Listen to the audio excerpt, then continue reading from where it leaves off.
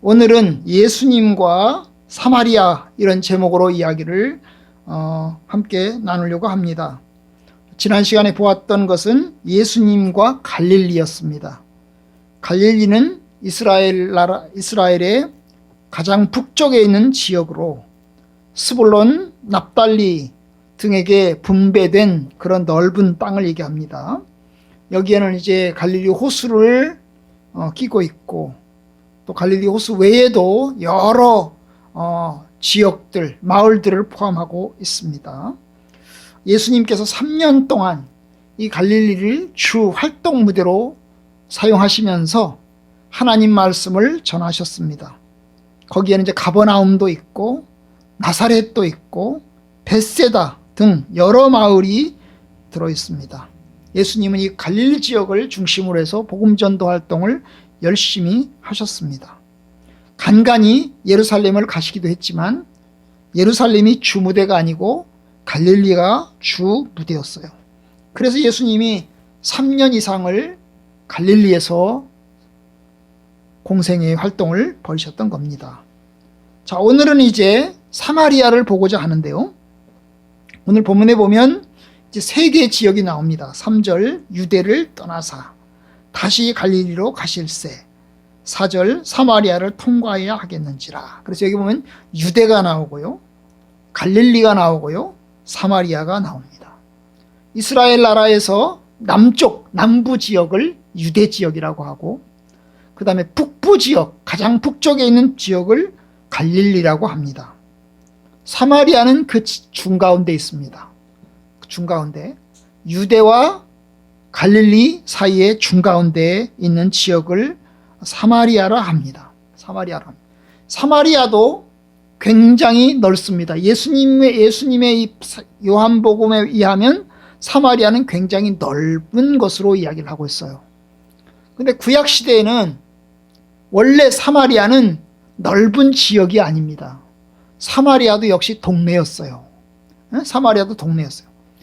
이스라엘 남쪽에서 북쪽으로 올라가는 길에 이 중산간 지역에 여러 마을들이 있는데 그 여러 마을들 중에 하나가 사마리아라고 하는 동네가 있었습니다. 사마리아라고 하는 동네가 있었어요. 그런데 오늘 말씀에 보면 사마리아가 그냥 동네가 아니고 지역으로 확대된 것을 보게 됩니다. 왜 이렇게 커졌냐? 사마리아 동네가 사마리아 지역으로 왜 이렇게 커졌냐 하면, 이제 이 사마리아가 북이스라엘의 수도가 되었기 때문입니다. 북이스라엘 나라, 이제 여로보암과 르호보암에 의해서 솔로몬이 죽고 난 다음에 나라가 두 개로 쪼개졌는데요. 북이스라엘과 남유다로 두 개가 쪼개졌는데요. 처음에 수도는 이 여로보암이 북이스라엘 나라를 나눌 때 수도는 디르샤라고 하는 동네였습니다. 디르샤라고 하는 동네를 중심으로 해서 북이스라엘의 수도 활동을 해가지고 이제 중심 도시였어요. 중심 마을이었습니다. 그런데 시대가 조금 흘러오면서, 북이스라엘이 조금 더 흘러오면서 오므리 왕조가 생겨났어요. 이 오므리가 누구냐 하면 바로 아합의 아버지입니다. 아합 왕의 아버지. 북이스라엘이 아주 강력한 왕 중에 하나가 아합 왕인데, 이 아합 왕의 왕조인 이제 오므리 왕조, 이 오므리가 구데타를 통해서 왕이 됐거든요. 구데타를 통해서 왕이 되고 난 다음에 이 오므리가 뭘 했냐면 수도를 옮깁니다. 수도를 옮겨요. 어디로? 디르샤에서 사마리아로 수도를 옮겨요. 이 사마리아는 그 당시만 해도 조그마한 동네였습니다. 조그마한 동네였는데 이 아마도 이 사마리아라고 하는 이 마을이 생겨나게 된 원인이 사멜이라는 사람의 아마도 그 사람 때문에 생겨난 것 같습니다. 그래서 이제 오므리 왕이 이 사멜이라고 하는 사람을 통해서 그 땅을 사요.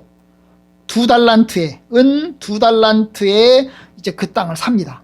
그 땅을 사가지고, 왜냐면 아마도 오므리 왕이 보기에 그 사멜의 땅이 아주 좋은 땅인 것 같아요. 이 좋다는 말이 뭐 이렇게 평이하다, 좋다 이게 아니고, 그 당시로 보면 뭐예요? 요새처럼 적군이 쳐들어왔을 때 쉽게 공격하지 못하는 그런 어떤 아주 이 성벽과 같이 둘러차여 있는 그런 측면에서 안전하다고 하는 측면에서 아마 좋은 땅인 것 같아요. 그래서 이제 그 땅을 세멜이라고 하는 사람으로부터 이 오므리 왕이 그 땅을 사요. 그리고 그 땅을 사고 거기다가 마을을 지어요.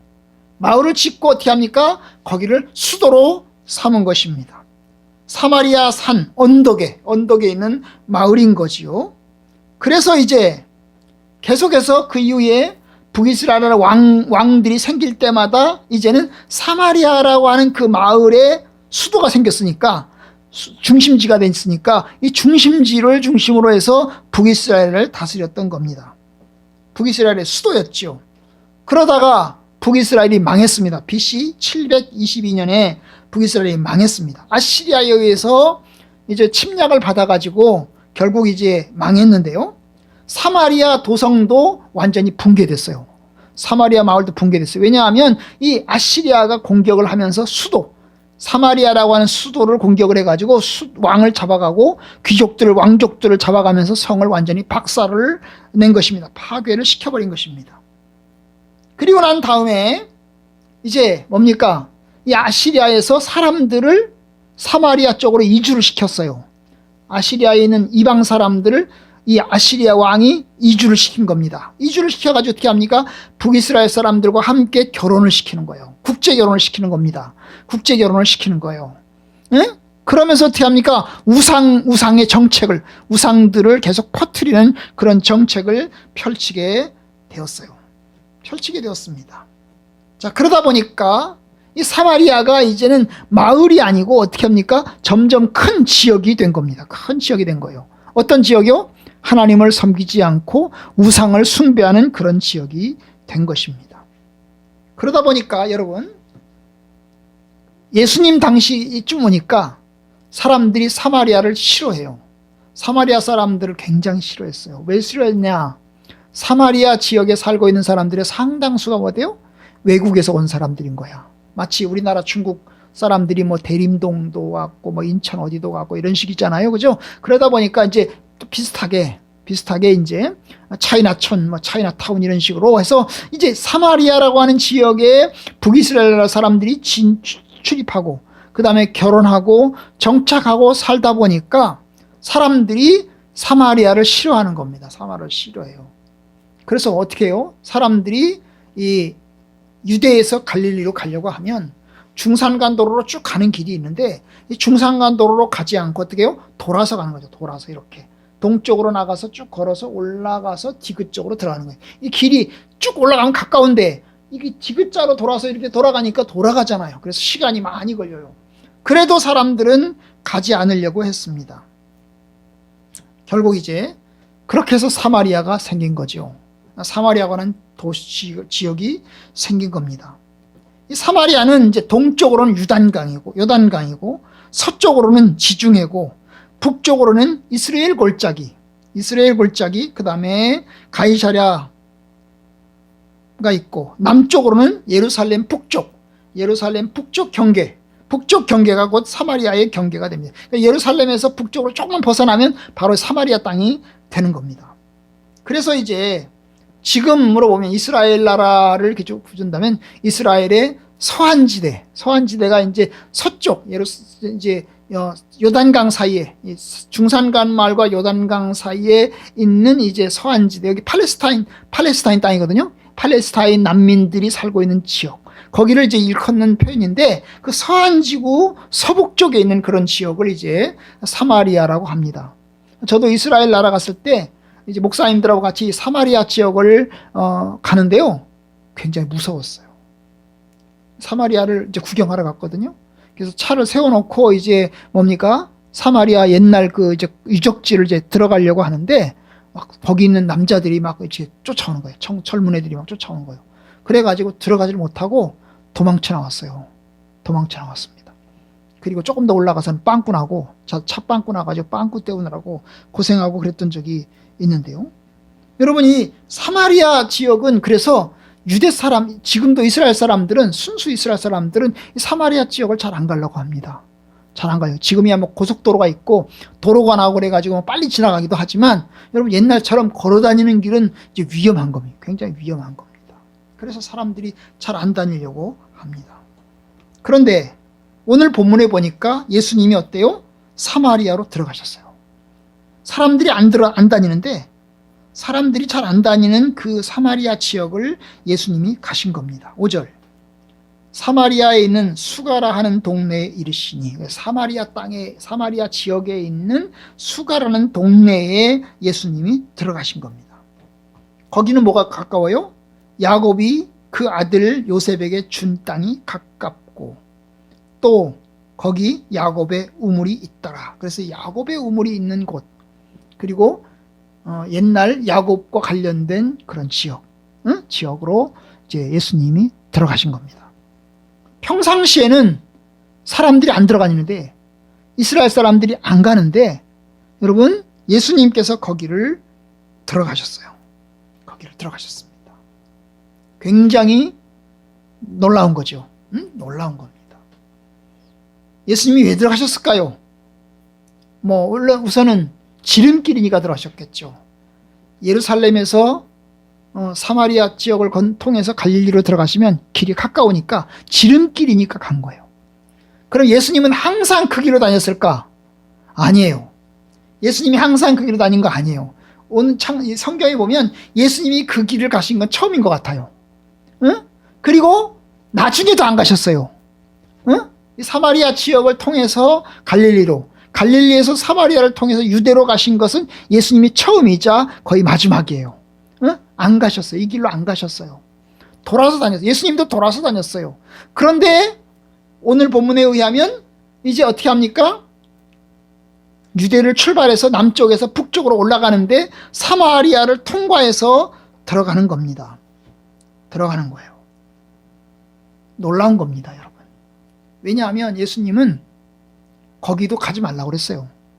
마태복음 10장 5절 6절에 보면요, 예수님이 전도대를 보내면서 이렇게 이야기를 합니다. 이방인의 길로도 가지 말고 사마리아인의 마을에도 들어가지 말고 오직 이스라엘 잃어버린 양에게로 가라, 이렇게 했어요. 여러분, 예수님이 전도대를 보내면서 제자들을 전도 활동을 보내면서 뭐라고 그랬냐면 사마리아인의 마을에 가지 마라 그랬어요. 사마리아 마을에 가지 마라. 이스라엘의 잃어버린 양들에게 가라. 여러분, 사마리아도 이스라엘의 잃어버린 양이에요. 그죠? 사마리아도 이스라엘의 잃어버린 양이에요. 왜냐하면 사마리아도 원래 이스라엘 땅이잖아요. 그죠? 그런데 예수님은 사마리아는 배제시켜요. 가지 마. 사마리아 지역에는 가지 마. 오히려 이스라엘의 잃어버린 양들에게 가라, 이러면서 이야기를 하는 거예요. 그러니까 사마리아를 잃어버린 양으로 생각하는 게 아니라 뭘로 생각하는 거죠? 아예 이방인들로 생각하는 거예요. 이방인들로. 이스라엘과는 아무런 상관이 없는 사람들로 생각하는 거예요. 그래서 그들에게 가지 말라고 이야기를 했어요. 그런데 예수님은 그 사마리아 지역을 제자들에겐 가지 말라고 이야기를 했는데 예수님은 들어가셨어요. 갈릴리로 가는 길에 사마리아 지역에 들어가는 겁니다. 들어가셨어요. 그리고 예수님이 어디를 들어가셨어요? 그 사마리아 지역에 있는 마을들 중에서, 여러 마을들 중에서 수가라는 마을에 들어갔어요. 아마도 이 세겜과 가까운 동네인 것 같아요. 정확하게 어딘지 몰라요. 그런데 이 수가성의 마을에 들어갔어요. 그리고 들어가서 어떻게 합니까? 거기 수가성에 살고 있는 사람들과 만나요. 가장 첫 번째는 7절에 보니까 사마리아 여자 한 사람이 물을 길러 왔는데 예수님이 그 사람에게 물을 달라고 하면서 어때요? 예수님이 그 사람과 만납니다. 그리고 대화가 시작되고 그 사람에게 이제 샘물에 관한 이야기를 하면서 생수에 관한 이야기를 하면서 이제 내가 주는 물을 마시면 목마르지 않을 것이다, 그런 얘기를 하시면서 또 이제 뭡니까? 예배는 신령과 진정으로 예배해야 된다, 이런 얘기를 하시면서 하나님의 뜻을 가르치게 됩니다. 가르치게 돼요. 그리고 이제 오늘 요한복음 4장에 가면 끝에 가면 예수님이 그 수가성의 마을에서 이틀 동안 잠을 잡니다. 이틀 동안 잠을 자요. 40절 보면 사마리아인들이 예수께 와서 자기들과 함께 유하시기를 청하니 거기서 이틀을 유하시매. 그래서 이틀을 예수님은 잠을 잡니다. 사마리아에 있는 마을에서 사마리아에 있는 여자를 만날 뿐만 아니라 사마리아 사람들과 만나게 되고 그리고 사마리아 마을에 들어가서 거기서 이틀 동안을 잠을 자게 되는 겁니다. 이건 이스라엘 사람들에게 있어서는 생각할 수 없는 일이에요. 생각할 수도 없는 일입니다. 여러분 구약에 보면 사사기서에 보면 이제 12토막 살인 사건이 나오잖아요. 그죠? 어떤 레위인이 베들레헴에 자기 첩을 데리러 왔다가 고향으로 돌아가잖아요. 자기 집으로 돌아가는 길에 예루살렘 근처에 갑니다. 예루살렘 근처에 가는데 밤이 어두워져 가니까 그의 하인이 물어요. 주인님, 우리가 여기가 예루살렘이 가까우니까 우리가 여기 이 마을에 들어가서 잠을 잡시다. 그래서 잠을 잡시다 그랬어요. 그런데 이 레위인이 그랬어요. 이 마을은 우리 이스라엘 사람들이 사는 마을이 아니고 이방 사람들이 사는 마을이니까 이 마을에 들어가지 말자. 더 가야 된다. 더 올라가서 우리 동족들이 사는 마을에 들어가야 된다. 그래가지고 더 위로 올라가는 그런 얘기가 사사기서에 나오는데요. 예수님은 그렇게 동족을 찾아서 이렇게 피해가지고 다니신 게 아니고 어때요? 이 사마리아 사람들이 초대하자 그 마을에 들어가서 이틀 동안 잠을 자면서 그 마을 사람들과 같이 지내는 것을 봅니다. 지내는 것을 봐요. 놀라운 거죠. 굉장히 놀라운 겁니다. 왜냐하면 그 당시 사람들은 사마리아 지역을 이방인 지역으로 취급을 했고 사마리아 사람들은 개들로 취급을 해서 상종도 하지 않았어요. 얼굴도 쳐다보지 않았어요. 대화도 나누지 않았습니다. 그런데 예수님은 사마리아의 지역에 들어가셨고 그리고 거기 있는 사람들과 대화를 하셨고 그리고 그 마을에 들어가서 이틀 밤을 주무시면서 어때요? 하나님의 뜻을 알려주고 전하게 되었던 겁니다. 엄청난 사건입니다. 엄청난 사건이에요. 예수님은 그와 같은 일을 하셨어요. 왜 그랬을까요? 예수님은 사마리아가 중요하다는 거예요. 사마리아 사람들도 하나님의 백성이 되어야 한다는 겁니다. 사마리아 사람들은 하나님을 경외하지 않았어요. 그들은 예루살렘 성전을 이용하지 않았어요. 예수님 당시에도 예루살렘 성전을 이용하지 않았어요. 갈릴리 사람들, 저 북쪽에 있는 갈릴리 사람들은 예루살렘 성전에 와서 제사 지냈어요. 그런데 사마리아 사람들은 예루살렘 성전에 안 갔어요. 예루살렘 사람들이 사마리아 사람들을 싫어하기도 했고 사마리아 사람들도 자기를 상종하는 사람들과 어울리지 않겠다 해가지고 안 갔어요. 그래서 사마리아 사람들은 어디서 예배를 드렸어요? 그 사람들은 어디서 예배를 드렸어요? 그들은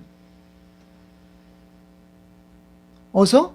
세겜에 있는 산에서 예배를 드렸단 말이죠. 세겜에 있는 산에서 예배를 드렸어요. 이스라엘 사람들은 왜 안 오냐? 너희들 왜 안 오냐? 너희들 이방인이다. 그러면서 천대하고 무시했는데 사마리아 사람들은 우리는 안 가.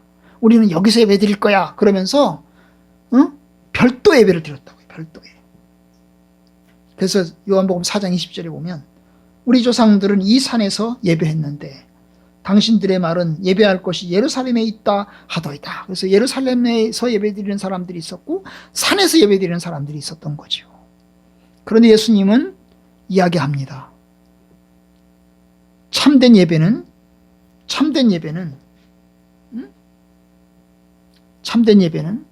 오직 하나님의 뜻은 이 산에서도 말고 예루살렘에서도 말고 오직 뭐예요?